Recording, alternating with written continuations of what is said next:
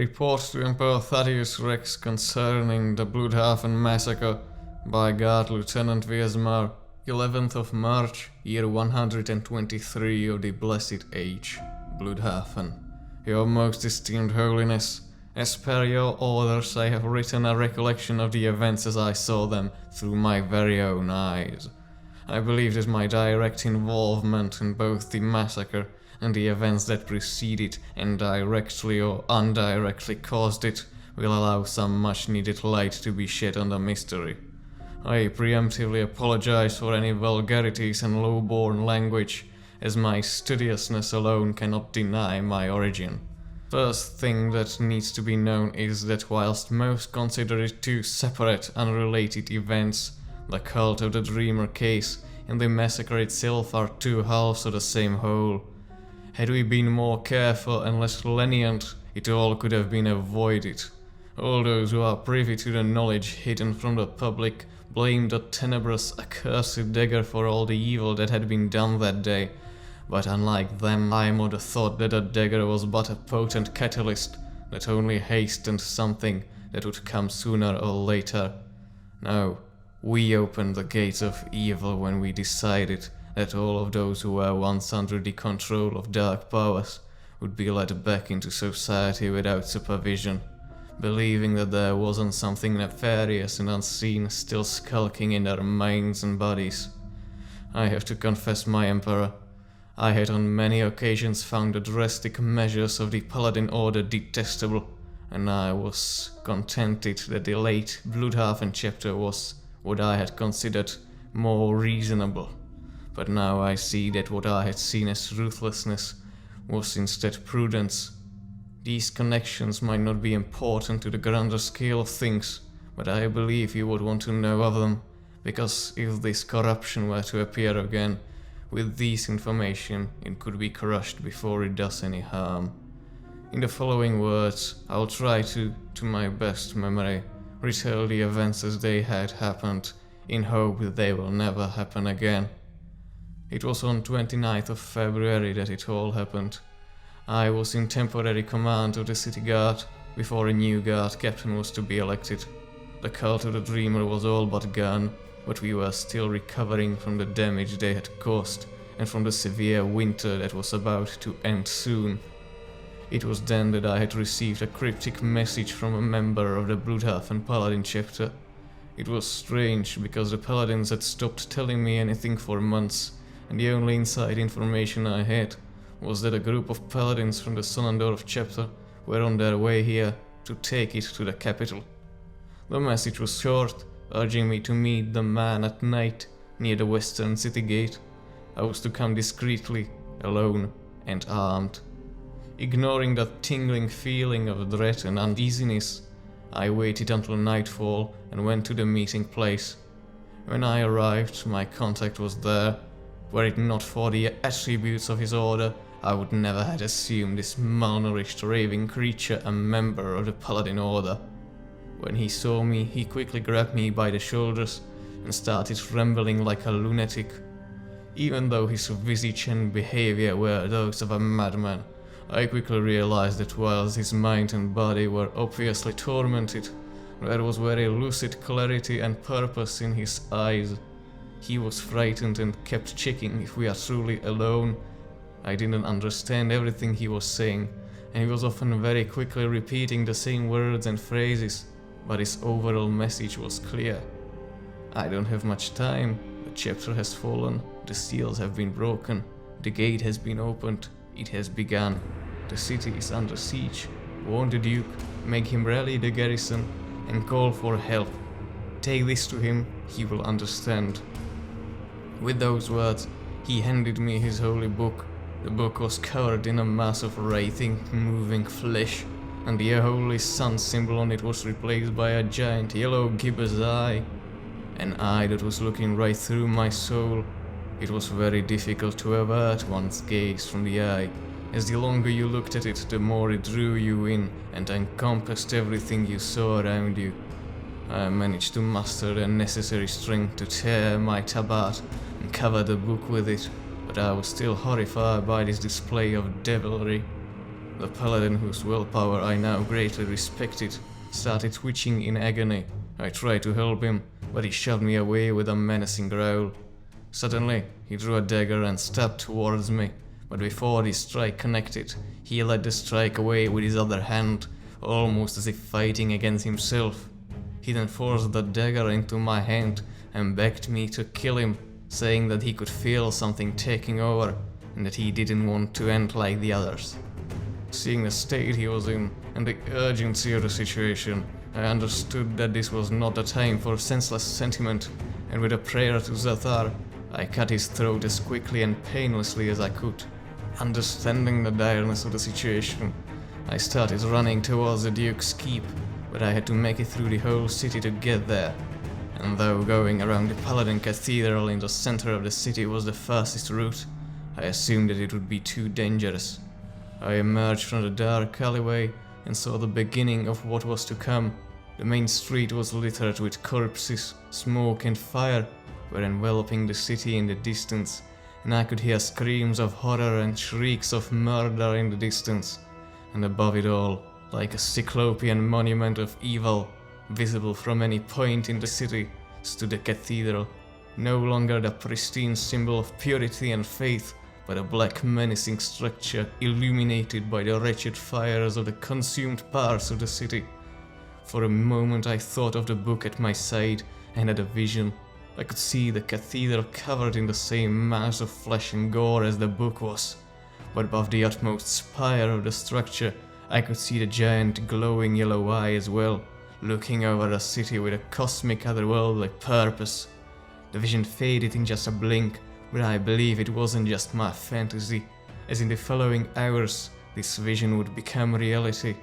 The Blüdhafen massacre had begun.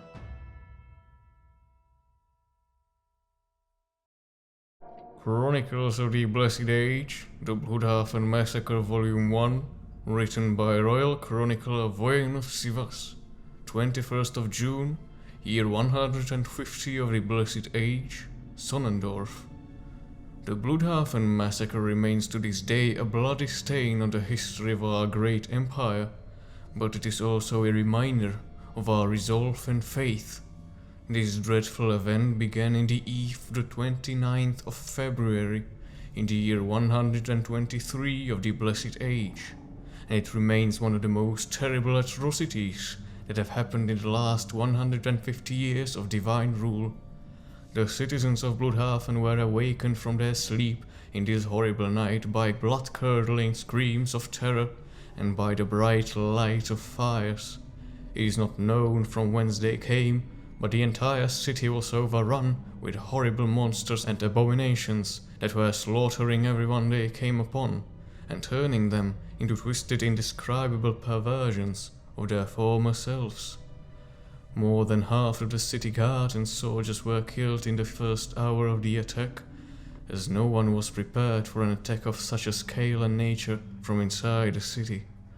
Everyone hoped that Duke Marion de Val would open the gates of his keep and begin securing the city one district after another, but after the initial wave of monsters had slaughtered many of his soldiers, he retreated into the castle with his remaining men-at-arms. The surviving forces inside the city were scattered and disorganized, and the only resistance came from small, separate groups of individuals that tried to save as many people as they could and fortify themselves in secure position. During this darkest hour, unlikely alliances were made to fight an enemy willing to destroy all. Many citizens were saved due to the bravery of greedy mercenaries, untrustworthy adventurers, and ostracized non-humans, proving that despite our differences, we are united in our faith in Zuthar and in our Emperor. But two names come from this event spoken louder than others: Guard Lieutenant Viezmar of Blüdhafen and Knight Captain Dietrich Menge, without whom the city, and perhaps the entire kingdom, would have fallen. It was reported by many witnesses that Viezmar of Blüdhafen ignited the first spark of hope the citizens of the city so desperately needed, as the city guard barracks was one of the first locations to fall to the monsters. It was assumed that he had died in the crushing first wave, as he was missing both before and after the attack. That's why it was such a shock when he was found by a group of his guardsmen who were trying to save as many innocents as possible, cutting his way through the monsters alone, heading towards the Duke's keep. It is rumored that when told about the castle's gates being shut, the lieutenant cursed the Duke for cowardly letting thousands of civilians die, a curse apparently so righteous and just that Zuthar himself paid heed to his words. Upon hearing of this, the lieutenant asked his men to follow him, saying that together they would gather any survivors they find, and they will hold on for as long as possible. And so this small group, led by Lieutenant Viezmar, charged against the currents of darkness and tried not to get swept away by the tendrils. It is said that this company of heroes killed hundreds of abominations in their righteous fury, and for every inch of footing they secured, more survivors joined them in their fight. Those incapable of fight tended to the wounded and took care of any supplies that were found along the way. But once this legion of faithful became larger, the small confines of the city streets shifted from tactical advantages to gruesome meat grinders, and it was decided that they shall move to the market square, where they will make their final stand until the last one of them has fallen. Using anything at hand, a wooden encampment of sorts with a vast pyre in the middle was built in the middle of the square. This pyre served a purpose both metaphorical and literal. It was a rally to all the survivors in the city that they are not alone, and served a single point of light against the endless waves of darkness. Small cells of skilled individuals were still being sent deeper into the city to save others, but it was obvious that if the life and soul of the city were to be extinguished, it would be here. But no matter the bravery and dedication of the defenders, it was obvious to all that these measures only delayed the inevitable, for the horrendous stream of new abominations coming from the wretched wicked cathedral of the Paladin chapter was unending. Their only chance was to endure and hope. We still do not know what they had really hoped for. Was it salvation and help? Or did they wish for a swift, uncorrupted death?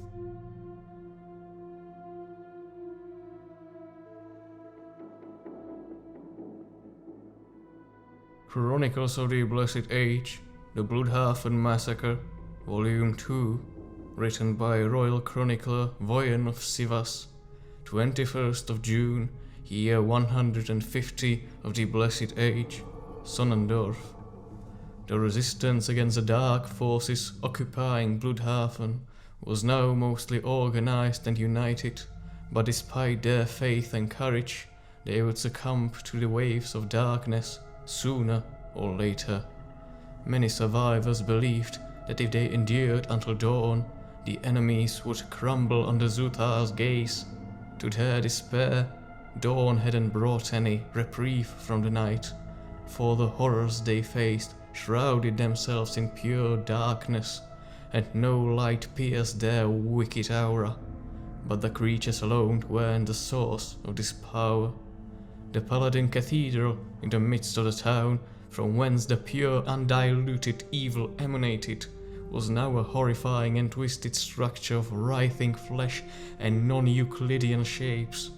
It was the cathedral that was producing the most primal aura of fear and despair, and stood like an imposing loathsome antithesis to the glorious sun, the light of which it absorbed and consumed.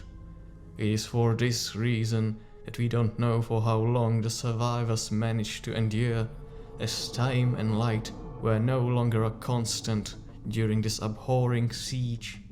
But by all accounts, they held on for at least 2 entire days.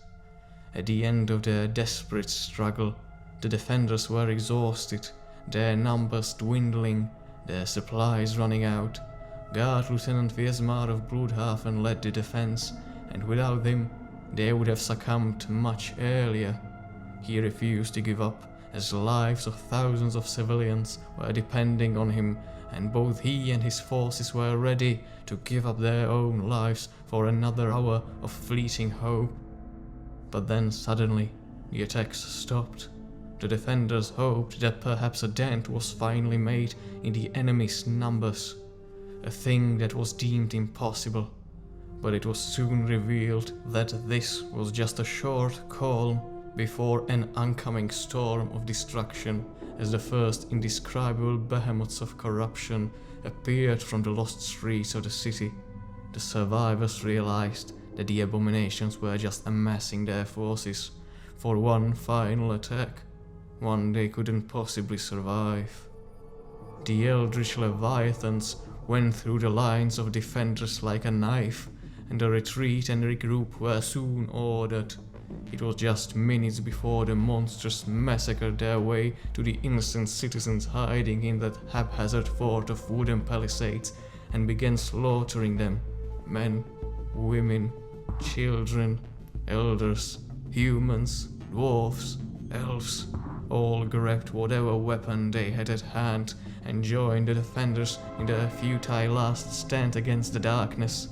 Encircled, outnumbered, trembling, standing back to back and staring to the horrid faces of the twisted eldritch terrors.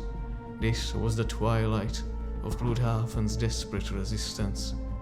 But as they stood against the chaos, the survivors noticed that disarray was now going through the enemy ranks. Many of them started rushing away from the battlefield towards one of the city gates. The brave champions of courage didn't even dare to hope, but then a single tone pierced the putrid air, a sound that suddenly restored the defenders' strength and resolve, the sound of a clarion.